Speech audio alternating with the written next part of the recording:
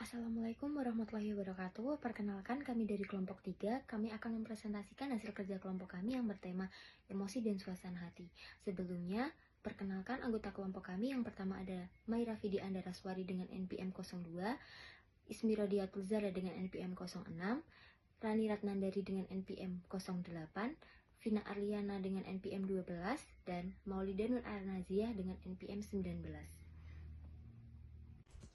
Baik, yang pertama adalah emosi. Nah, emosi itu merupakan reaksi psikologis dan fisiologis seseorang terhadap suatu peristiwa dan situasi tertentu yang mempengaruhi pikiran, perasaan, dan perilaku. Emosi itu mencakup berbagai keadaan seperti kebahagiaan, kesedihan, marah, atau takut. Misalnya, seseorang yang merasa marah setelah dirinya itu diperlakukan tidak adil. Nah, itu kan mungkin menunjukkan perilaku agresif atau dia akan berbicara dengan nada tinggi. Nah, itu pun sebaliknya, rasa bahagia dapat mendorong seseorang untuk lebih ramah dan terbuka dalam berinteraksi dengan orang lain.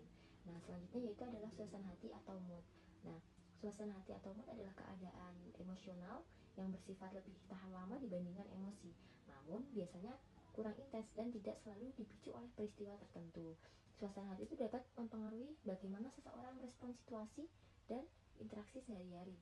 Misalnya, seseorang yang sedang dalam suasana hati buruk atau seperti murung atau tertekan, nah itu dia mungkin lebih sensitif terhadap kritik atau mungkin dia akan lebih susah fokus dalam bekerja. Nah, sebaliknya, jika seseorang berada dalam suasana hati yang baik seperti merasa bahagia atau optimis, dia mungkin lebih bersemangat. Dia mungkin lebih bersemangat dan produktif dalam menyelesaikan tugas. Nah, selanjutnya yaitu adalah afeksi. Afeksi itu istilah yang mencakup semuanya, seperti perasaan, emosi, dan suasana hati yang dirasakan oleh seseorang. Afeksi itu dapat dibedakan menjadi dua, afeksi positif dan afeksi negatif. Apa sih afeksi positif itu? Nah, afeksi positif itu merujuk pada keadaan emosional yang menyenangkan seperti kebahagiaan, antusiasme, atau rasa syukur. Contohnya, seseorang yang kinerjanya dihargai atau kontribusinya itu dihargai. Nah, dia tuh mungkin akan menunjukkan perilaku ramah kepada rekan kerja dan bersemangat dalam menyelesaikan tugasnya karena dia tahu apa yang dia lakukan itu mendapat feedback baik dari rekan atau mungkin atasannya. Nah, selanjutnya yaitu adalah afeksi negatif. Nah, afeksi negatif itu berhubungan dengan emosi atau perasaan yang tidak menyenangkan seperti rasa cemas, perasaan marah, atau frustasi. Misalnya, seseorang yang menghadapi kritik keras di tempat kerja tanpa solusi yang jelas dapat mengakibatkan perasaan tertekan dan menunjukkan penurunan produktivitas atau penurunan antusiasme kerjanya. Nah, ya afeksi itu memainkan peran penting dalam mempengaruhi perilaku manusia, termasuk bagaimana seseorang mengambil keputusan, bagaimana seseorang berinteraksi dengan orang lain, dan merespon situasi tertentu. Nah, baik, yang terakhir yaitu adalah fungsi emosi, suasana hati, dan afeksi. Sebenarnya ketiganya ini tuh memiliki aspek penting dalam pengalaman psikologis manusia yang saling berkaitan, namun ketiganya juga memiliki fungsi yang berbeda-beda. Nah, yang pertama yaitu adalah fungsi dari emosi. Nah, sebagai reaksi instan terhadap peristiwa atau situasi tertentu yang biasanya berlangsung dalam waktu yang singkat dan mempengaruhi perilaku individu. Contohnya, emosi itu adalah rasa takut yang muncul saat kita menghadapi ancaman dan rasa bahagia saat kita mendapat kabar baik. Nah, yang kedua yaitu adalah suasana hati. Nah, di sisi lain adalah keadaan emosi yang lebih lama dan lebih umum yang bisa berlangsung berjam-jam atau bahkan berhari-hari. Nah, suasana hati itu mempengaruhi cara seseorang merespon lingkungan sekitar secara keseluruhan. Misalnya, seseorang yang sedang dalam situasi hati yang baik contohnya ya, atau mungkin yang buruk. Nah, mungkin itu akan merasa lebih mudah tersinggung atau kurang termotivasi.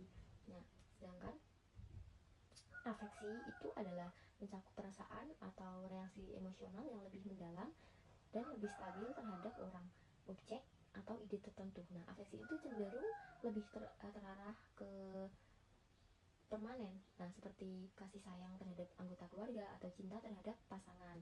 Nah, ketiga faktor itu berperan penting dalam bagaimana kita berinteraksi dengan dunia atau mungkin dengan orang lain di sekitar kita. Selanjutnya akan dilanjutkan oleh rekan saya. Saya Maira Vidi Andaraswari, NPM 23011002, izin melanjutkan. Nah, sekarang kita masuk ke dalam materi sumber emosi dan juga suasana hati. Nah, sumber emosi dan suasana hati ini dipengaruhi oleh berbagai faktor. Yang pertama itu ada umur. Nah, Umur atau usia mempengaruhi bagaimana seseorang merasakan dan mengelola emosi.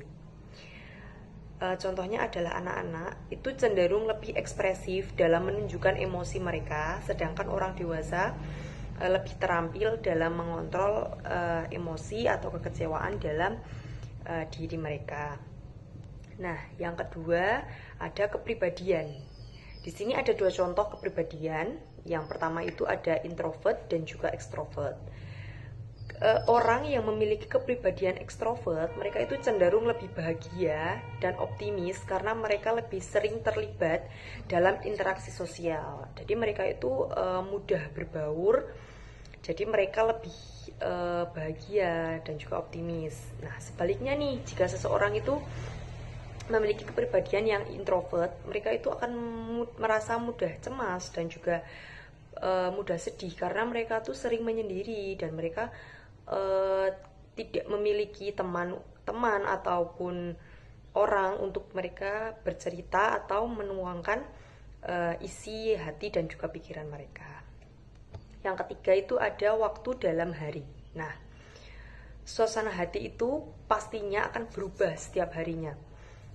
Banyak orang itu merasa mereka tuh bersemangat dan juga bahagia di pagi hari, sedangkan pada malam hari mereka akan merasa lebih lelah atau stres karena mereka telah bekerja seharian. Nah, contohnya seorang pekerja itu mereka merasa penuh semangat dan saat memulai pekerjaan di pagi hari, tetapi mereka akan merasa lelah dan kurang produktif di sore hari karena mereka sudah merasa capek ya bekerja seharian. Nah, yang keempat ada hari dalam minggu. Nah, ini banyak orang ya, kita pun juga termasuk sering mengalami yang namanya Monday blues atau perasaan malas dan kurang bersemangat di awal minggu kerja atau terutama di hari Senin. Nah, sebaliknya jika di hari Jumat atau akhir pekan, mereka tuh cenderung lebih happy atau lebih bahagia, ya kan? Karena kita tahu kita akan